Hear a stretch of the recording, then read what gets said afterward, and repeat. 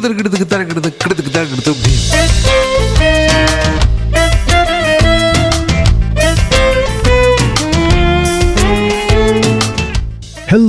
and welcome to the History of Bangalore. I'm Ramjee Chandran and I'm here with episode 123 of season 3. In the last episode, I left the story where the Treaty of Seringapatam had been signed and 2 of Tipu's sons were taken hostage by the British pending payment of that heavy tribute or penalty. Really, we should call it ransom. Today I will talk about the aftermath of the battle and the consequences of the treaty. And of this, there are 2 questions that emerge. The first, what exactly was Mysore left with after the treaty? And the second, how did Tipu Sultan manage to pay the tribute? This episode answers the first question, and this episode is the first of 2 short episodes that answer both questions, the next of course answering the second one. There are more questions that I will get to later, but only after I pull the thread on the first 2 questions. Before I pull any threads though, I would be remiss if I did not say a word of thanks to my sponsors, the Prestige Group, for their generous support. Building cities one landmark at a time, they transform dreams into reality. You can be a part of the future. Simply add prestige to your life. Before I begin this episode, a clarification. In the last episode, when I spoke of the terrible effect that the treaty had on Mysore, I mentioned the loss of the ports, which left it virtually landlocked.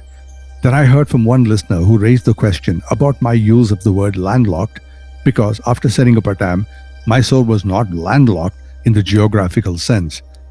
The phrase I had used was landlocked, cut off from sea trade, by which I meant landlocked from commerce, but those are quibbles. He was right. I should have qualified and explained it, so I will do that here later in this episode. Alright, let's go. To understand the balance sheet of Mysore after Seringapatam 1792, we need to take a look at the ledgers. First, what territory did Mysore lose to the enemy coalition? The coalition being the British, the Marathas and Hyderabad. This is what Mysore lost. To the British went the spice-rich province of Malabar on the southwestern coast and Coorg in the hills above it. And to the east and the south, Baramahal, Dindigul and Salem, all prized areas for trade and commerce.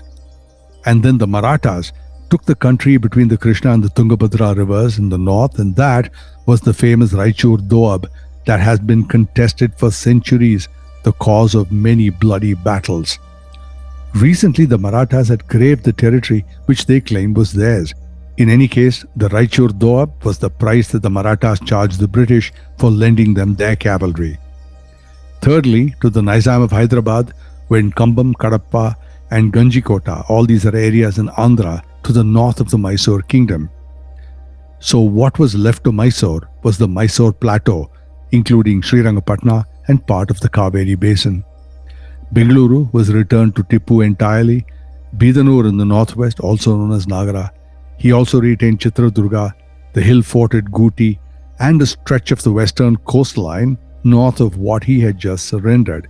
So here we have it, Mysore, half the once glorious kingdom that it had ruled, half a kingdom. That phrase, half a kingdom, is one that I have read in many accounts of 1792. That's what they reach for. But the way I see it, it's also the phrase that does the most to hide what actually happened, because when you say half, it's not an even half.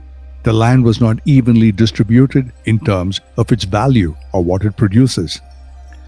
The Allies, British, Marathas and Hyderabad, had taken the half that mattered to them the most, territories that were adjacent to their own borders, and each of them selected the best ground within reach. Cornwallis chose the Spice Coast, the Marathas chose the Raichur Doab, and Nizam chose the country that squared off his southern frontier. So what Mysore surrendered really shouldn't be taken as half its acreage. It was a good deal more than half its income. And that's how one should measure the residual balance sheet. So, what Mysore was allowed to keep was the dry interior.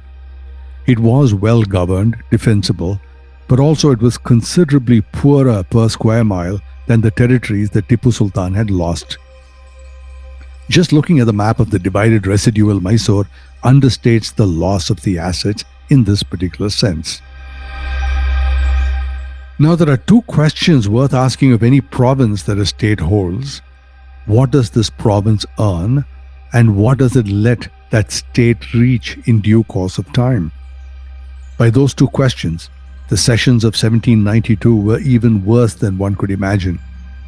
Malabar was a high-revenue region, and pepper and cardamom moved out of Calicut and Cananore ports to the Persian Gulf, to the Red Sea, to Europe. This was the spice that had brought the Yavanas, the Greeks, the Romans to South India. Centuries later, this trade attracted the Portuguese, and following them all the major European colonial powers. Malabar was the single reason why so many people came invading the south of India, and therefore, not surprisingly, it was the first item on the British list. Coorg was a little different. Coorg didn't earn as much as the Malabar belt, but what Coorg did was to let Mysore reach the sea. The passes through the Western Ghats, the road that carried goods down off the plateau into the coastal markets, all ran through Coorg. The route to the best provisioned West Coast ports was not simply a gentle walk to the sea. It challenged the trader in his geography and narrowed the access on particular routes through particular gaps in a high mountain wall called the Western Ghats. And Coorg held all of those gaps. Now Coorg was gone, and Mysore lost the province that had made money and the corridor that carried it possible in terms of high revenues. And now this is the point at which the treaty reaches Bangalore. As listeners will remember from previous episodes, the British had taken Bangalore in March 1791 before their attack on Seringapatam. And the British held it through the rest of the campaign and only handed it back to Tipu after the Treaty of Seringapatam. Now the city of Bangalore came back to Tipu in good physical condition, but its position did not. At the time, Bangalore was the commercial heart of Mysore, and the Bangalore Pete was for centuries the principal marketplace of the plateau. It lay at the nerve center of trade routes, and the trade caravans that made it prosper ran west and southwest through the Western Ghats to the west coast to the ships. But now those routes no longer belong to Mysore, and the traders who had made Bangalore their hub for this very reason would no longer have that seamless access to the west coast. Now these traders had to pass British-held territory and deal with different feudal bosses in every principality that they crossed. That is why a kingdom annexed territory to prevent this from happening. Therefore, this would have reduced the attractiveness of Bangalore for traders by no small measure. In the south, in the Coorg regions leading up to Arcot, for example, the highly valuable Baramahal and Salem routes that were ceded to the British had another problem. It brought British-held armed positions to within a few days' march east of the city. Before 1792, Bangalore was an interior town with depth on every side of it, a market protected by the sheer distance an enemy had to cross to reach it. After 1792, it was a frontier town, with a hostile power close on one side and trade routes in that power's hands on the other. Still, nothing happened to Bangalore. Everything happened around it. And now for a quick commercial break. And when I come back, let's look at the rest of the balance sheet. Right after this.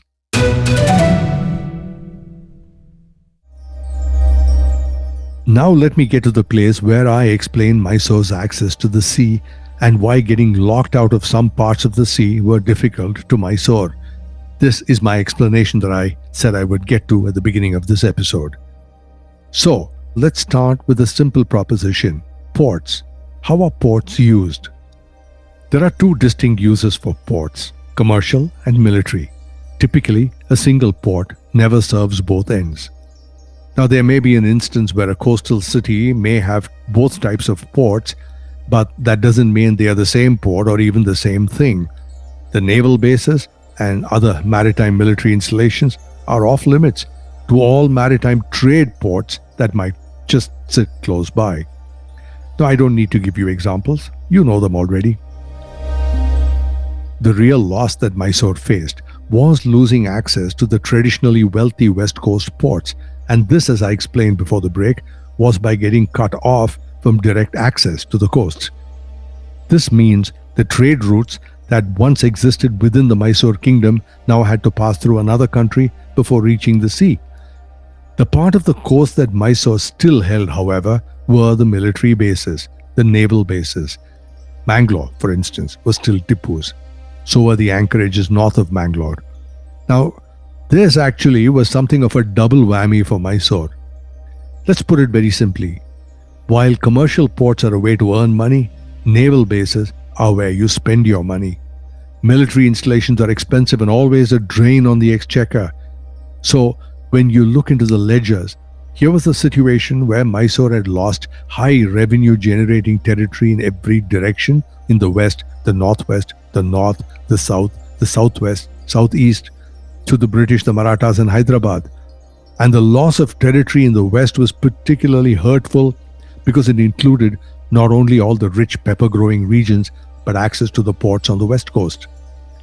And then on top of that was the matter of paying this very heavy tribute to the British as ransom money for the return of the princes, the sons of Tipu Sultan, 3 crore and 30 lakhs for costs.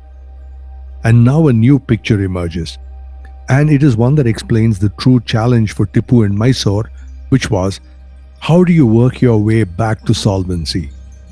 And to do that, Tipu Sultan had no choice but to multitask his naval ports.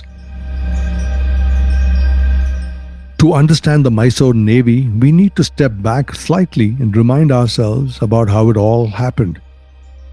In 1763, Hyder Ali broke the Keladi Nayakas, the ruling dynasty of Bidanur, and by this, not only did he get the wealth of that region, but also direct access to the coast. Hyder set about building a navy, and he had a good reason. His reckoning was military. He had understood something that most Indian rulers of his generation had not understood, that the British were a maritime power. A kingdom that could not fight the British on the water was a kingdom that would wind up fighting the British on the terms that the British set. Not the most ideal situation. So coming down the coast from Bidanur, Hyder captured Bangalore, which was the best harbour on that stretch, and then Honnavar at the mouth of the Shravati, which was a great access point to the teak forests of the Malenadu. Think about it, teak is what a warship was made of. In addition, the fortified island of Basavaraja Durga acted as a sentinel, and the backwaters at Kundapur made a natural hiding place for those small craft that could conduct quick attacks. So timber, defensible anchorages, and a fortified naval chain running north to south, that describes a military coastline, not a commercial one. The commercial ports with the seaborne merchants and the established routes to Arabia and Europe were Calicut and Cananore, and both were now the property of the British. Which now brings us back to Bangalore. There was a physical challenge with Bangalore. Bangalore's harbour was good by the standards of that coast, which is not the same as being deep. The entrance to the Bangalore port often shoaled, which means it got very shallow. Large vessels had persistent trouble with this, which is precisely why the Mysore fleet had always leaned on smaller craft that could work shallow water. So a port with that constraint could serve a navy of gallivants extremely well. But asking such a port to be able to handle the bulk export of an entire kingdom is asking it to do something it was never meant to do. And that is exactly what was now being asked of Bangalore. Bangalore had to do 2 jobs at once. It was the naval base and the dockyard, which is what it had been built for, and now it was also the single largest export outlet for the entire kingdom of Mysore. Every consignment that Mysore wanted to sell to the world funneling through one harbour with that rather shallow mouth. You might recall my earlier episode where I described the state trading enterprises of Tipu, the sandalwood, the pepper, the sericulture, the factories that Hyder had established in Muscat, the missions to Istanbul and to Kutch. There was a whole international bent to the kingdom of Mysore, which was based entirely on access to the Arabian Sea.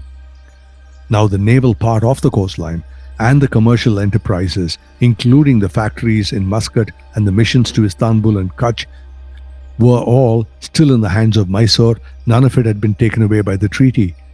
But the reality was that all of it now ran through a narrower opening from a smaller kingdom, with the roads to the old markets in some other power's hands.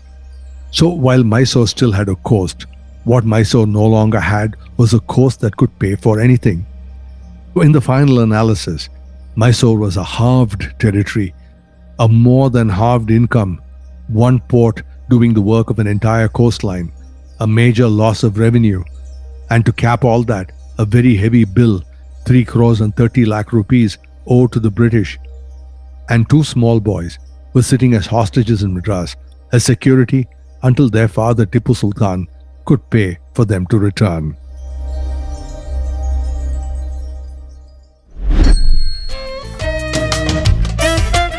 And that is the ledger and the balance sheet.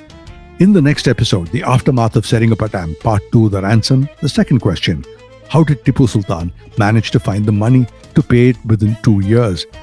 And that episode is coming up next. I am Ramjee Chandran, and this is the history of Bangalore.